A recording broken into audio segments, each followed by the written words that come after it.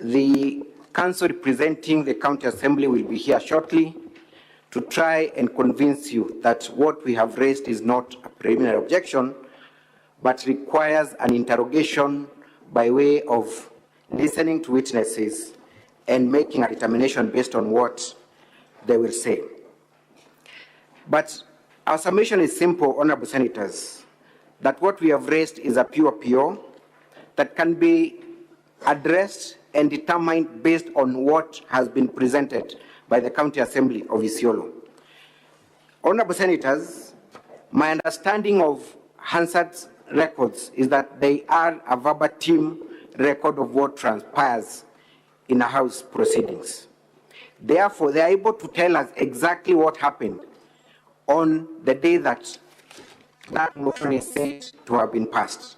We have raised an issue with proceedings that are said to have taken place on the 18th of June 2025 and proceedings that are said to have taken place on 26th of June 2025.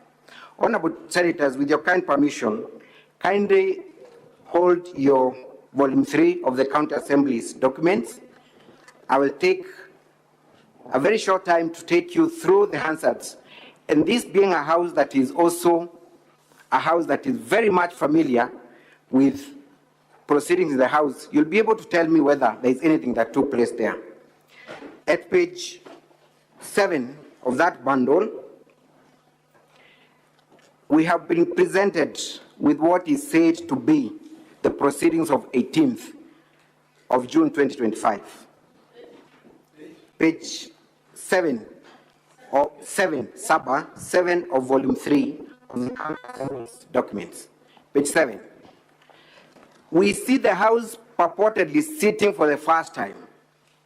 There is no communication from the chair. There is no calling of orders by the clerk. Straight away, the mover of the motion proceeds to execute the business of the day. Look at it. It is straight away withdrawal of the motion on the impeachment of Isiolo County Government dated 10th June 2025. What does it begin with? Honorable Abubakar Godana. Honorable senators, who presided over this session? There is no invitation from the Speaker for the mover of the motion to proceed and execute the business of the day. Let's proceed. Honorable Abubakar Godana proceeds and proposes a motion to withdraw the previous motion and invites two members of the County Assembly, Honorable Nicholas Lorot and David Nyoro, to second the motion. Without again the intervention of the Speaker, these two members rise and they proceed to second the motion. So who invites them to the floor? Who is presiding over this House? Let's go on. The two members support the withdrawal of the motion, and the Speaker now is seen for the very first time. There is no question put to the members. There is no vote that has taken place, but the Speaker proceeds to say, the members, the notice of the special motion or the removal from office by impeachment, the Governor of Isiolo County issued on Tuesday, 10th June 2025, has been officially moved as requested by the mover, Honorable Bakar, member for Sericho Ward. We now proceed to the next business. So who approved this withdrawal? Who approved this withdrawal? Where is the vote? Let's proceed. Honorable senators, we proceed to the Hansards now of 26 when the governor is being purportedly impeached. That's at page 23 of the same document. There is a communication from the chair. The first order of business, you will come across the order paper at page 17, where we have a total of 8 orders of the day. 8. But when you go to Page 23. We do not see the clerk calling out the orders. Just look at it. It is the speaker directly proceeding to make a communication. Is that an anomaly, honorable senators? We are all familiar with the business of the day. But what intrigues me more, honorable senators, the first order of the day here is to lay on the table the purported public participation report, which is done by Honorable David Lemantile, allegedly. He prosecutes his motion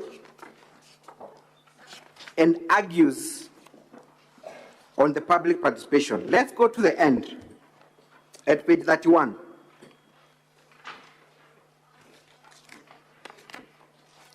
But before that one, let's go slightly at page 30, where he completes his submissions.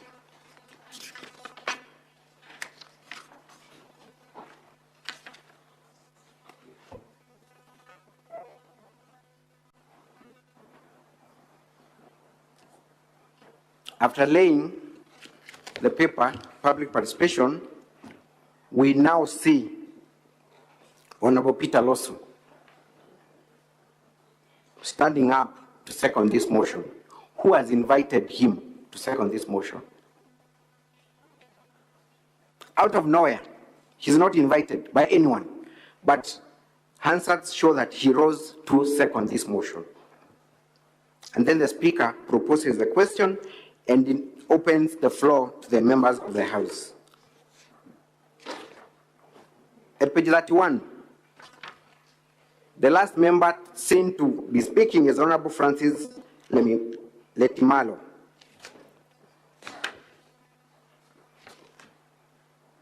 The speaker now puts the question. So what happens after the question was put, honorable senators?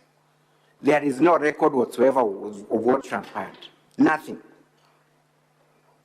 A question is put, there is no indication that the House actually endorsed the public participation report. That Hansard is left hanging.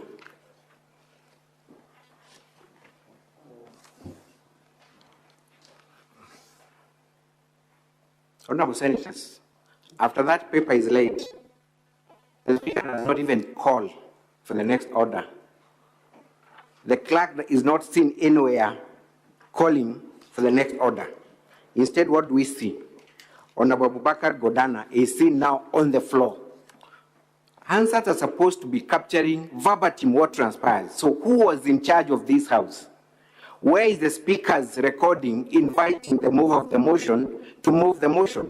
Where is the recording of the clerk inviting, or rather calling for the order, for the next order? There is nothing. Instead, we just see someone on the floor prosecuting the motion. And he proceeds and proceeds. At page 35, he's done. Strangely, the first paragraph at the top of page 35, when he completes to execute his motion, he does not invite anyone to even second. Records are there.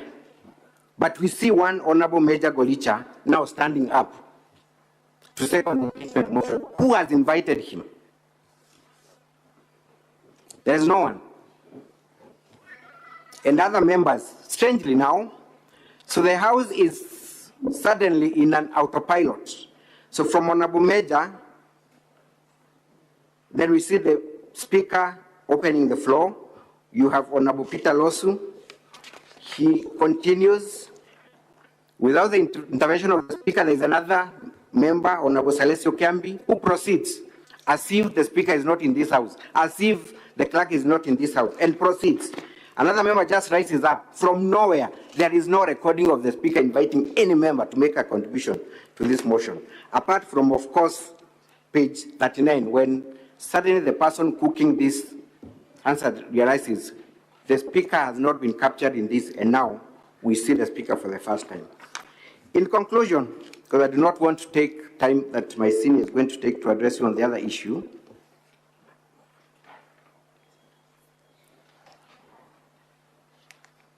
Look at page 41.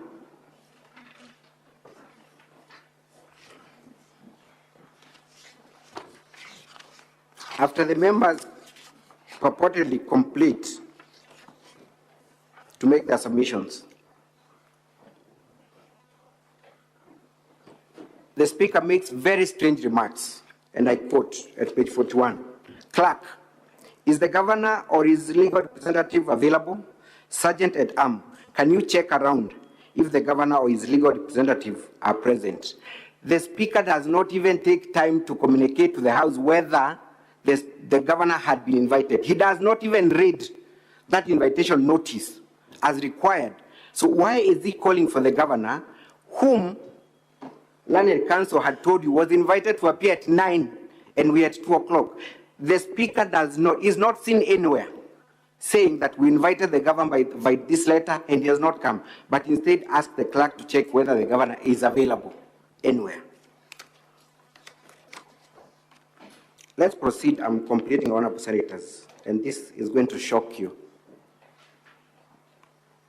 So, when the Governor was confirmed was not in the House, the Speaker proceeds to guide the House on the next move. At the end of that page, 41, I read what the Speaker says.